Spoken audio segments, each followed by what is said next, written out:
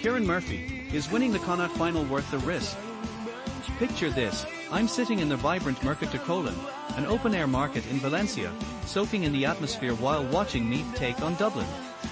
Beside me is a Meath fan, a guy who's long since lost his passion for his county's football team. He's torn. On one hand, he's eager to catch the game, on the other, he's grappling with the thought of sacrificing 2 precious hours of his holiday for what he fears might be a disappointing experience.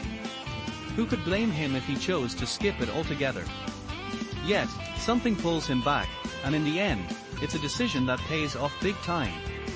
This victory isn't just for Meath, it's a win for all of us, a moment that fills our hearts with joy, until, of course, the All-Ireland Championship group stage draw throws a wrench in the works.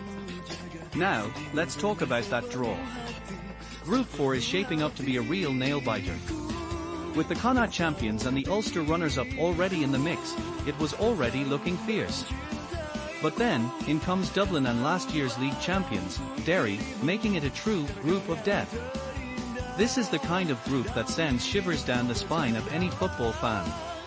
Imagine this, 4 teams in the Connacht winners group all started the year in Division 1, while the Leinster winners group won't have a single team with that pedigree. It's a stark contrast that raises some serious questions for fans, especially those of Galway, who are feeling the pressure. Is winning the Connacht final this Sunday really worth it? If Galway clinches the title, they solidify their status as an elite team, and let's be honest, beating Mayo is always a sweet victory. But what's the catch? Their reward for this triumph is a daunting schedule that kicks off with Dublin in Salthill, followed by a trip to Derry, and then a showdown with the Ulster runner-up at a neutral venue. Talk about a tough road ahead. On the flip side, if they lose the Connacht final, their path looks a lot more manageable. Cavan at home, Tyrone away, and then either Donegal or Armagh at a neutral venue. Sure, Dublin might be on the decline, but facing a fired-up Connacht is no walk in the park. And while Tyrone may pose a tougher challenge than Derry, Galway's impressive track record against them, 3 wins and a draw in their last 4 league encounters, makes you wonder if this Connacht final is truly worth the risk. For the Ulster finalists, the stakes are clearer. The odds have Mayo as 2-1 outsiders, and many believe Galway has the upper hand right now, making them a team to avoid. The GAA could have faced an even tougher situation. The choice between winning the Connacht final and entering that treacherous group with Dublin and Derry, or losing and landing in a much easier one, could have been even more pronounced. Tyrone, Cavan, and the Ulster champions are no pushovers for the Connacht final losers either. Yet, there's a significant flaw in this group stage setup. The draws should ideally happen after the provincial finals, but instead of focusing on the upcoming clash in Castlebar, fans are left speculating whether losing might actually be the better option.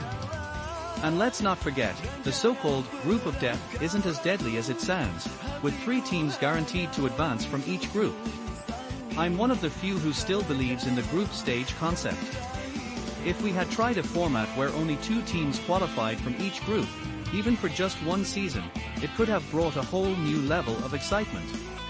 But alas, that idea is fading away, and while it may not be remembered fondly, it was an attempt to level the playing field for teams vying for the All-Ireland semi-final.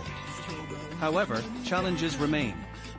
It's entirely possible for Donegal to qualify for an All-Ireland preliminary quarter-final after beating Derry, Monaghan, and Down in Ulster, only to lose the provincial final to Armagh, and then face Dublin and Derry, ultimately losing to Galway.